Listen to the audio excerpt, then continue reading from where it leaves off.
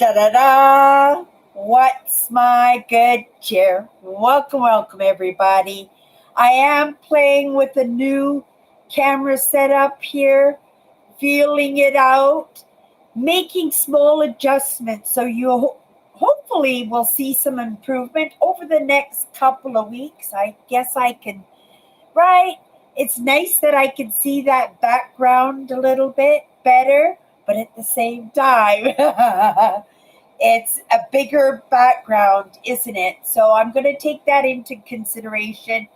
Right behind me here, I have started packing for my trip. I have a trip coming up in 3 weeks, you guys. Nervous, excited, and so ready. Understanding that it is going to be an experience in so many different ways. And what those ways are, believe me, I tried to control that to the best of my ability in the building of my itinerary and paying and booking my accommodations and setting up some of those small adventures that I would like to experience. It's not like I get to do this constantly, that this is a big part of my life. Yes, it's a big part of my life. But for some people, this is just their everyday, day to day. And I turn it into the most amazing holiday. And I really am optimistic that this year I outdid myself. I think I got the wagon here. Do you guys remember last year when I finished my trip? Right? I was determined. I was taking the Jeep on my trip last year, and that was exactly what I did. And I had some concerns about the foot length because I set my vehicles up like an RV, and there was a little bit of non foot accommodation for myself, and I thought next year I'm going to take that into consideration because it is important. It's important for me to have a good sleep when I'm on the road, especially to be able to be fully awake, to enjoy the landscape, to enjoy the drive. And boy, do I love driving. I'm so ready for this holiday. And so I'm so ready for this. But this is something that I created. This was something that I gave to myself, and not truly having a solid destination where I was going, but so in depth in the lessons that I couldn't really do much except be in the lessons. But I set this goal. It's kind of like, at the end of the year, right? You go out to dinner with your friends. You celebrate in some ways. Some parents buy their kids cars, right? When they graduate high schools, right? Sometimes they take a trip backpacking across Europe. It's important to experience an adventure in the world. And I have just woken up to some of these ideas and to some of the understandings that I have and how important my connection to Mother Nature is. It's certainly different than the connection that my father had with Mother Nature, but my father's love for Mother Nature was no less as strong as I am. So going into this word that we had this week, we had this word tenderness. And sometimes we wake up to some of these ideas so far late in our life that we don't get to have these conversations with people who might have been on the same journey as you, right? I believe my sister is waking up in her own right to some of her own realizations, since my mother passed away, and my sister Tracy was my mother's daughter, right? It's why after my mother passed away, me and my sister had a little bit of difficulty, and that was because of that. What's passed down epigenetically as, right? Things are woken up that you go, oh my goodness, right? Right? But that at the same time saying that, I am my father's daughter. My father, we talked a little bit about yesterday how tender my father was, how fragile in his ability to be heard, right?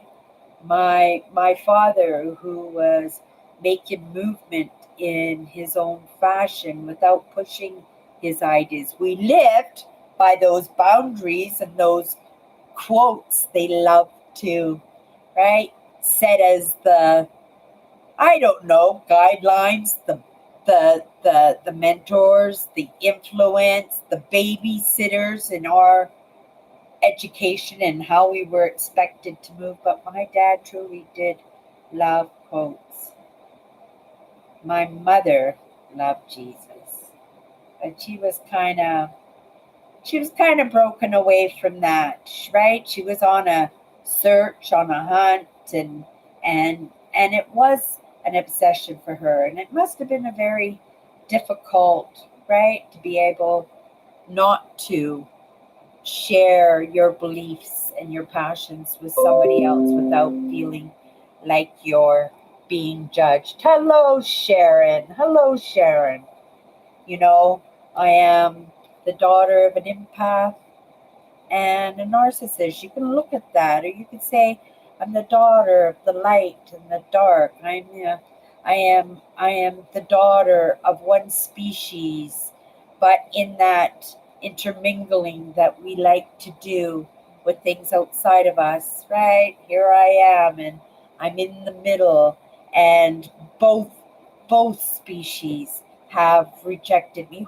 You know, it's not a big concern for me because in the lessons that I bring to the table should be pertinent and workable with everybody, no matter what your denomination, no matter what side of the fence you are on. You know, I work with people with very whew, crazy, crazy, crazy energy, and yet we're working together, we're making it work, and in that I am receiving lessons on how to better interact with people who are so different with me, understanding that that hurt me are nothing to them, and the things that bother them are nothing to me. So in that nothingness, I think there's a good opportunity to have compromise, because if it's not a big deal, yeah, right, I won't touch on that subject, right? I won't impress my ideas, right? These are boundaries that each one of us get to set for ourselves, but lots of us, right, especially being highly sensitives and being empaths, we're just, right, we don't do that. We're too, right, we're too tender to think of the politics and the ins and outs and the manipulation and the influence, and there most certainly is a difference between the two. But being in the middle is quite possibly, well, it's more than likely, you have a combination of the two, because as much as I am my father's daughter, that was my choices in, right, making those choices, being able to make those choices for myself and what I believed and where I wanted to move. And so I moved to that more tender spot, the more loving spot, because the other side, right, it was just crazy town and hairy, scary, and brokenness. I'm sitting here right now having that conversation because I loved, because I moved in what loved me. I didn't notice that those same energies were on the other side of the fence too. They were on both sides of the fence. But by our own choices, we dealt with them a little bit differently. Sometimes with that or some right, and sometimes right? Or if you're anything like me, give me that microphone. I be at like the weddings, right? Everybody in my family knew if there was a wedding going on, don't let Cindy have the microphone, and I'm going to give that credit to my English teacher in grade 9 and 10. I think her name was Mrs. Hunter. And yeah, she brought that out of me, and it was a gift. It allows me to be here, right? And have that confidence that even though, right, it might not be perfect, it might not be shiny, it might not be scripted, it might not be on topic all the time, because I let what flows, that I have to trust, and I do trust in those other parts of me, because if it came across my path, and then if it's in coming across my path in my live show, well, it's coming across your path too, and it's up to you and your decisions whether or not to give me another 5 minutes or another 5 seconds, just like in my opening, right? Da da da da. What's my good cheer? I'm putting that good cheer into that opening. I'm putting that taste, that, right, that's the hors d'oeuvre platter in the optimistic idea that that was enough to give me another 5 seconds of your time, right? And I'm grateful for that. Right? I am not letting these tender understandings slip by. I'm picking them up, and I'm taking them in, and I'm experiencing them, but remembering, right? I also come from the other side of the fence. I am my mother's daughter, and my mother, we talked about it yesterday, was not very affectionate. She wasn't very giving in her emotions, and she was very secretive and manipulative in what she was setting out to achieve, whatever that was.